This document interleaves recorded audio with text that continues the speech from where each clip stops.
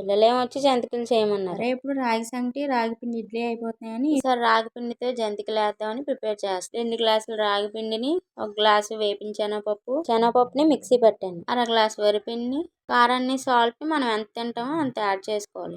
నచ్చితే ఇంగువ వేసుకోవచ్చు, లేకపోతే లేదు. కొంచెం వాముని నలిపేసి అయితే వేసాను. హాఫ్ గ్లాస్ ఆయిల్ అయితే వేసి బాగా కలిపేసాను పిండి మనకి ఇలా ముద్ద కట్టాలన్నమాట, విరిగిపోకూడదు. కొంచెం కొంచెంగా సరిపడా వాటర్ వేసుకొని బాగా మిక్స్ చేసుకున్నాను. పిండి మెత్తగా ఉండాలి, గట్టిగా అయిపోయినప్పుడల్లా మనం కొద్ది వాటర్ యాడ్ చేసుకొని మెత్తగా చేసుకోవాలన్నమాట. పిండిని అయితే ఎక్కువసేపు నానబెట్టకర్లేదు, కలిపిన వెంటనే వేసుకోవచ్చు. ఇలా కలుపుకున్న పిండిని జంతికలు గొట్టంలో అయినా వేసుకోవచ్చు, అది లేకపోతే ఇలా పాల కవర్లో అయినా వేసుకోవచ్చు. టేస్ట్ అయితే బాగా వచ్చింది. చూడండి గుల్లగా ఎలా వచ్చాయి, విరిగిపోయినట్టు విరిగిపోతున్నాయి. ఆయిల్ అయితే అస్సలు పీల్చలేదు. రాగులు అవి ఎవరైనా తినలేని వాళ్ళు ఉంటే ఒకసారి ఇలా స్నాక్ ట్రై చేయండి, బాగుంటుంది. మీకు ఏమైనా రెసిపీస్ కావాలంటే కామెంట్ చేయండి. మరిన్ని రెసిపీస్ కోసం ఇప్పుడే మన ఛానల్ని సబ్స్క్రైబ్ చేయండి.